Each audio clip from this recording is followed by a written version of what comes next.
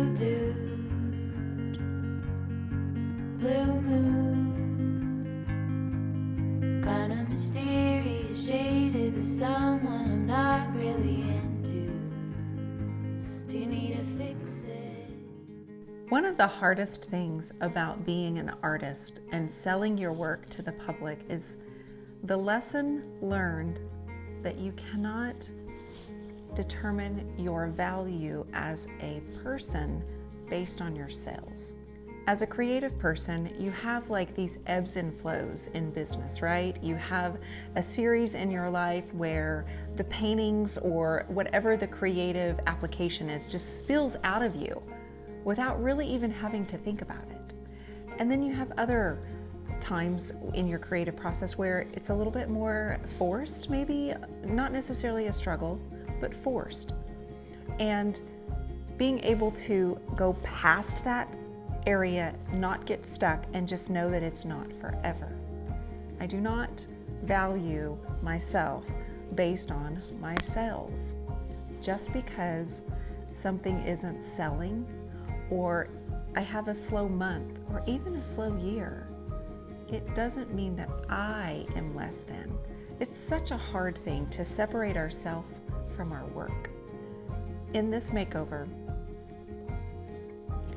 I had to redo this antique vanity. And this antique vanity started out beautiful. It didn't necessarily need an artistic touch, but I was thrilled to be able to paint on a piece like this and be able to offer it to somebody to purchase in their own home. And it sat there on my website for a year and a half. And this is not the first time this has happened, because it's art. It's functional art, and often that means it's going to sit for a little while.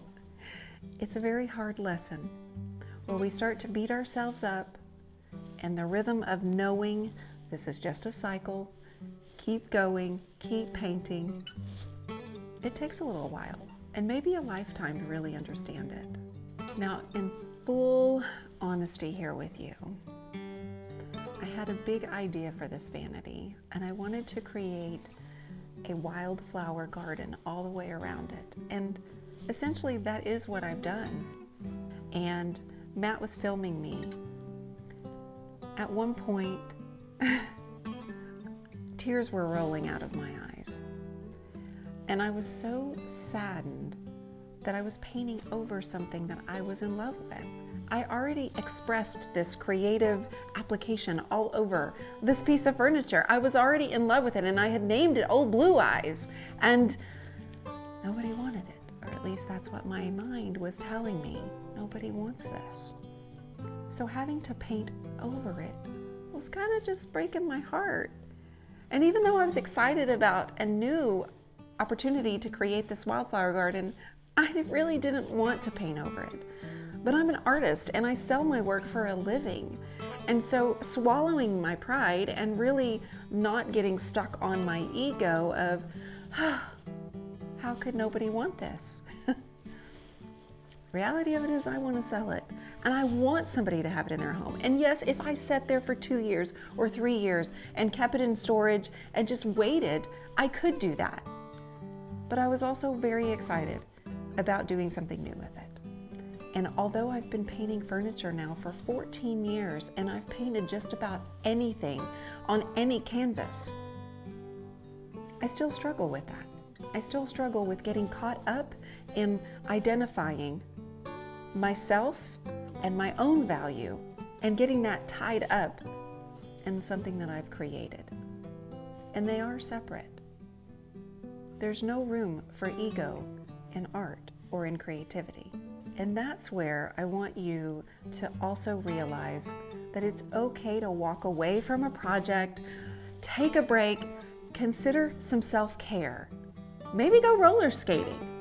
I have found that as the weather turns warm and the sun comes out, I feel like a kid again when I put on a pair of skates. It's really good workout for my legs too.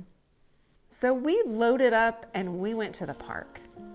And there was a duck pond and the wind was blowing, and I got that wind behind my back, and I'm going downhill a little bit, and I'm thinking, Perspective. That put everything in perspective. My creativity, my art, my business, my life, it is supposed to be enjoyed. It is supposed to be fun. So getting stuck in this distressed area of, I can't believe I have to paint over this conflict, it was just a small time. But treating myself to a little self-care, knowing how I needed to really nurture that, and then come back, start fresh. And as soon as I started with the flowers, something just kind of really opened up in me, and I relaxed and I took the pressure off of myself, and the brush just started moving itself. It was as if it was dancing. And before I knew it, a wildflower garden was all around and enveloped this antique vanity that I loved so much. So no more old blue eyes. Welcome, Tuscany Trellis. I had so much fun doing this, but I also want this message to come to you. Trust in your process and know that your personal self-value is not tied up in sales, my friend. You can be a creative artist and be so joyful and happy and never sell a thing. Those of you that have gone before me and who have really locked in that lesson, I look to you. I learn from you, and hopefully I can be you one of these days, because I too am still struggling with my value. For me, my personal value, getting locked in sales as an artist. And I know that if I can get through this, so can you.